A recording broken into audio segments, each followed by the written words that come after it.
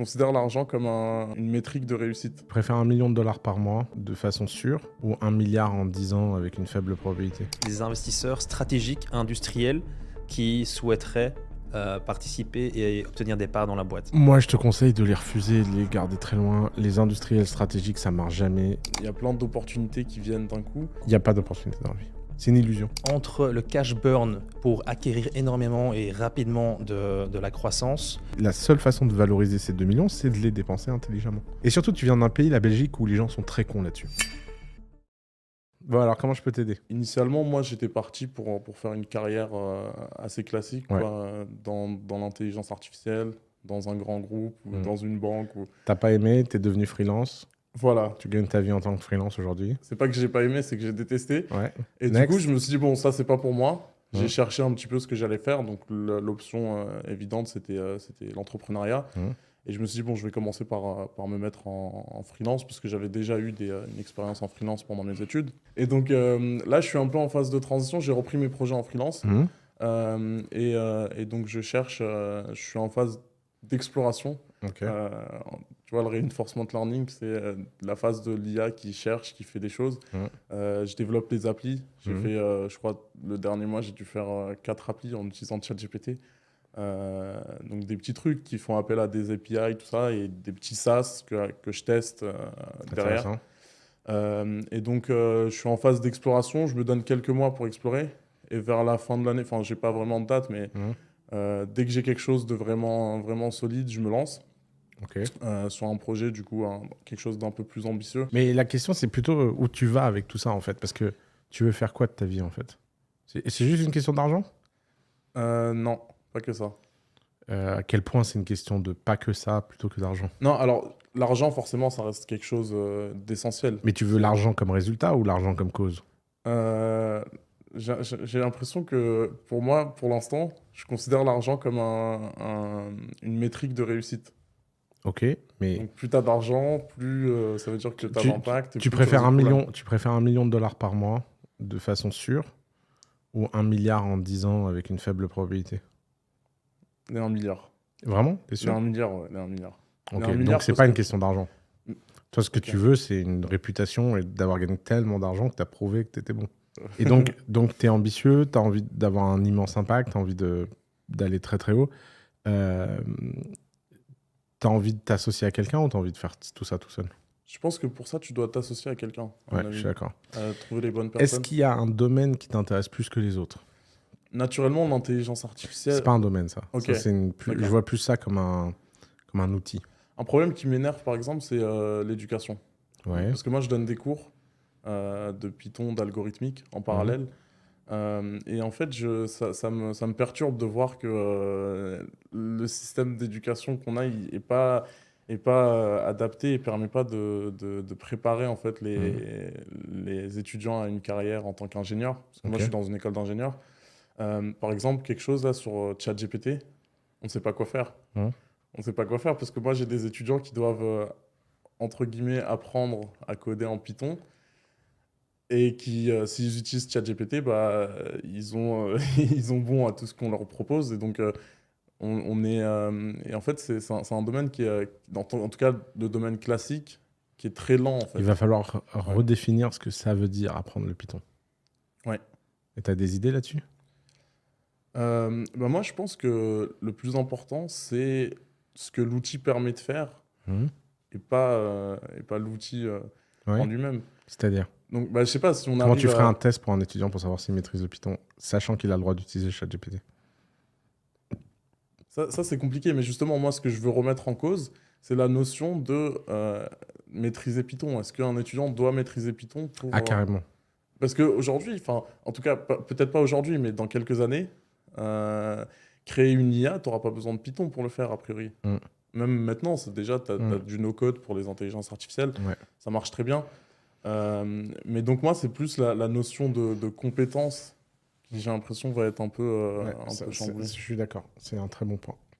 D'ailleurs, en fait, la façon de poser la question, en fait, m'impliquait cette réponse, parce que je me disais, en fait, ce qui est important, c'est pas que tu comprennes le Python, ce qui est important, c'est que tu comprennes comment tu peux utiliser le Python, à quoi sert le Python pour faire le choix du Python, en fait. C'est ça, exactement. Et du coup, moi, ce que je fais, dans mes cours, c'est que je vais montrer Python comme un moyen d'implémenter les algorithmes qu'on a vus ensemble. Et les algorithmes qu'on a vus, c'est des process qui vont être utiles dans tous les cas. Dans tous les cas, ils vont être utiles à l'étudiant dans sa façon de raisonner, parce qu'un algorithme, son objectif, c'est de résoudre un problème. Ouais, bien sûr. Et je pense que la compétence qui va rester et qui sera primordiale, ce sera la capacité de résoudre des problèmes.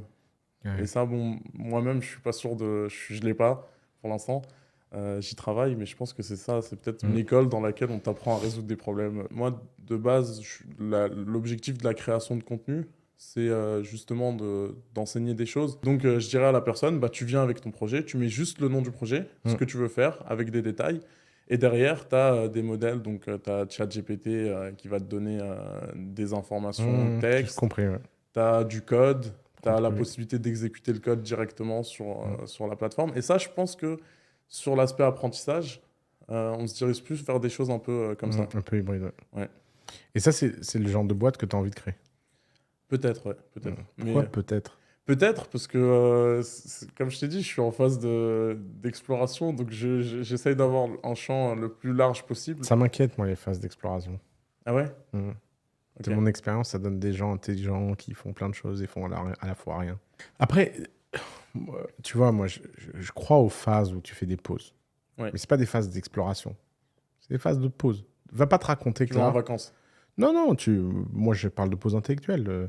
80% sur un focus, 20% à faire des trucs à côté des Better Call Saul. Et donc, maintenant, la question, c'est comment tu trouves ton 80. Alors, tu as deux façons de faire. Soit tu assumes que cette phase d'exploration, c'est pas une phase d'exploration. Parce que ça n'existe pas, ça. Ouais. C'est une phase d'apprentissage. D'accord. Et tu apprends plein de trucs. Mais tu n'essaies pas de réfléchir au lien entre ce que tu apprends et ce que tu feras après. Et à un moment donné, quand tu décideras qu'il est venu le temps de prendre une décision pour un arc de 10 ans et faire quelque chose d'ambitieux, parce que faire un truc ambitieux, ça prend 10 ans. Ouais. Et encore, c'est pas 20, 30 ans, mais au moins au bout de 10 ans, tu sais si ça marche ou pas. Il faut 10 ans pour savoir si quelque chose va vraiment marcher ou pas. Ouais. Et donc, au moment où tu décideras de faire un truc ambitieux, à ce moment-là, tu changeras de mode et tu te diras, OK, à l'instant T, c'est quoi le truc le plus ambitieux que je peux faire avec tous les éléments? Parce que tout bouge autour de toi. Et donc, à un moment donné, fixer un arc, c'est décider de bam, réduire le champ du focus. Okay. Et à ce moment-là, tout ce que tu as appris, tout ce que machin, sera utilisé quel que soit le projet, en fait. Ouais. Tu vois, c'est tout le sujet, quoi. Une crainte que j'ai, c'est aussi me dire qu'il y a plein d'opportunités qui viennent d'un coup. Et Il n'y a pas d'opportunités dans la vie. Ça n'existe pas, les opportunités. C'est une illusion. Ouais. C'est vraiment une illusion. Il y a la chance. Ouais. Tu achètes le Bitcoin à $1. Okay. Mais cette chance, pour la transformer en quelque chose de réel et pas perdre les Bitcoins que tu as achetés, ça demande du travail et ça demande du focus. Okay. 100% des gens qui ont acheté du Bitcoin à $1 et qui n'ont pas focus 100% de leur énergie sur la blockchain sont ruinés. Et donc, en fait, l'illusion que tu as de machin, il y a le pop-up de ci, le pop-up de ça, la crypto, le Web3, l'IA, le machin, tout ça, c'est des trucs pour te rendre fou, en fait. C'est des parasites. C'est des parasites. Puisqu'en fait, quel que soit le domaine que tu choisis, tu peux faire une boîte à 100 milliards. D'accord. Et c'est peut-être aussi ça le secret des entreprises résilientes, non? Ouais, c'est ça le secret des entreprises. Parce que j'ai l'impression qu'aujourd'hui, un nouveau challenge, ça va être de résister. Ouais, ouais, c'est ça. Parce que l'IA peut débarquer avec une nouvelle feature, ce qui détruit une entreprise. Bien sûr. Mais c'est pour ça qu'en fait, c'est pas quand l'IA vient et apporte un truc qui détruit une entreprise, c'est que l'entreprise, elle bouge pas assez vite, elle n'est pas assez focus. Okay. Elle n'est pas capable d'absorber ça et de faire autre chose. D'accord. Alors que quand tu es agile, que tu absorbes, que tu es focus, etc., tu es capable de changer au fur et à mesure. Ok. Le truc aussi que je voulais aborder avec toi, c'est l'aspect storytelling. Parce que j'ai l'impression que je me crée une image de créateur de contenu, mais c'est pas ça que j'ai envie de faire, en fait. Ouais, il faut que tu arrêtes de créer des contenus, alors. peut-être pas arrêter, mais... Pourquoi? Je sais pas. Soit tu es très content d'avoir une image de créateur de contenu, ouais. Et dans ce cas-là, tu continues à faire de contenu, okay. Soit tu n'es pas content et t'arrêtes. Okay. Mais si tu crois qu'il est possible de créer des contenus sans que tu sois pris pour un créateur de contenu, je veux dire, 80% de la France pense que je suis TikToker. C'est vrai. j'ai l'impression que les personnalités qui ont une image forte, c'est aussi des gens qui ont une narrative qu'ils ont trouvée, qui fonctionne et sur laquelle ils n'arrêtent pas de taper, non? Non, en général, ça se passe dans l'autre sens. Ok. Tu vois, tout le monde croit que j'ai une stratégie de contenu. Ouais. Non, c'est ma nature qui est trop forte, c'est tout. D'accord. Moi, j'adore les vidéos d'analyse de mes stratégies marketing. Ouais. Oui, alors Oussama, il a compris que pour créer de l'audience, il fallait cliver. Mais moi, si j'avais su que j'allais cliver à ce point, jamais je l'aurais fait. Ok. En fait, moi, je suis surpris que ça clive autant ce que je raconte. En fait, tu es embarqué dans ton propre truc. Et c'est pour ça que la guerre du contenu, c'est une guerre de sincérité. Ok. Les vrais gens qui marchent en contenu, c'est pas des gens qui ont une stratégie. C'est pas des gens qui cherchent à cliver. C'est des gens qui, naturellement, sont porteurs de ce clivage. D'accord, ok. Ça, parce que moi, je me suis dit, ouais, pour que je commence à être reconnu, il faut que je clive. Mais non, je peux pas. C'est Ok. pas... Tu vas faire quoi? Ça sonne faux, tu vois. Donc, quand tu as une nouvelle idée, bon, après, je sais pas si sur les business comme créer, créer des dessins animés, est-ce que tu as la possibilité de tester ton idée avant d'investir dans le développement de cette idée-là? Moi, je pense qu'il faudrait toujours tester avant d'investir. Ouais, et justement, ton processus de test, il ressemble à quoi? Moi, j'ai de la chance, j'ai une audience. Donc, c'est facile. Ok. Je dis, tiens, je vais lancer ça. Ok. Je regarde Si les l'excitation. gens payent, tu pars, sinon... Exactement, ouais. Ok. Et quand t'as pas d'audience? Quand tu n'as pas d'audience, tu l'achètes, l'audience. Donc, ads. Tu dépenses 1 000 € en ads et tu regardes ce qui se passe. Quoi. Quand une des options, c'est de prendre une idée qui fonctionne déjà, Ouais. et ça, au moins, il n'y a pas de risque. Tu le reproduis en mieux, ça peut que marcher, parce que de toute façon, le business fonctionne. Alors, c'est pas vrai, malheureusement. Après, là où c'est intelligent, c'est de regarder des choses qui marchent et d'essayer d'en faire ta propre version. C'est pour ça qu'on en parlait au début. Picasso dit, les grands artistes copient, les génies volent. Pourquoi? Parce que quand tu voles quelque chose, tu te le fais tien. Et donc, en fait, tu vois quelque chose qui marche, tu sais que tu ne pourras pas le copier exactement. Donc, tu le voles pour le faire toi et faire ta propre version avec ta propre logique. Ok. Je vais voir comment voler un business qui me plaît. Lequel? Je sais pas. Okay. Je sais pas du tout. Je t'écoute, comment je peux t'aider? Donc en fait, moi j'ai lancé You Eat. C'est une chaîne de restaurants digitaux. Donc on aide les restaurants existants à augmenter leur rentabilité, leur profitabilité, en intégrant des marques virtuelles uniquement dédiées à la livraison à domicile. J'ai donc 2 marques asiatiques, une qui s'appelle Shifuri, l'autre qui s'appelle Incheon. Okay. Donc du poulet frit coréen pour Incheon, et Shifuri, c'est une marque de nourriture chinoise. Ouais.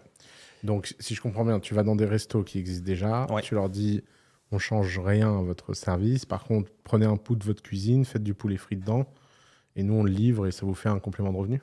La livraison n'est pas opérée par nos agents, c'est directement via les... Exactement. Exactement. Donc nous, tout ce qu'on apporte, c'est tout l'approvisionnement. Donc on a toute la supply chain, on a le branding autour de nos concepts, et donc forcément tout le know-how, donc les recettes, les fiches recettes, on vient former le restaurateur. Donc ça, c'est ce qu'on effectue. Et le resto qui gagne le plus d'argent avec toi, il gagne combien? Le resto qui gagne plus d'argent aujourd'hui, il gagne entre 5 et 10 000 €. Waouh, c'est un vrai complément de revenu. Ouais, c'est exactement. Ça change, ça te paye le loyer, le machin. Ouais, totalement. Donc le restaurateur, il a aucun frais en plus, sauf s'il génère forcément beaucoup plus de chiffre d'affaires, il engage une ou 2 personnes en plus. Mais bon, ça c'est linéaire. Ouais, exactement. Alors comment je peux t'aider? C'est quoi? Parce que ici, ça a l'air de bien marcher. Ça fonctionne bien. Ici, je viens de boucler une levée de fonds de 2 millions €. Bravo. Merci beaucoup. Et donc, en fait, ma question est, vu le contexte économique actuel, je sais qu'il est très difficile aujourd'hui de lever des fonds comme on levait des fonds il y a 2-3 ans.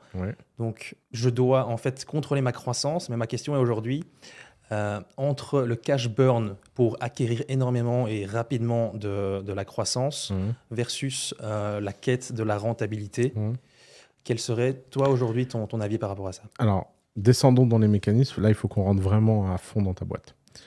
Alors déjà, est-ce que tu es défaut d'aide ou défaut à live? Est-ce que tu connais ce concept? Non. Si à un moment donné, tu coupais toutes tes dépenses de croissance, en combien de temps tu deviendrais rentable? Je suis déjà rentable aujourd'hui. Ok, donc tu es ce qu'on appelle défaut live. Ouais. Défaut d'aide, c'est que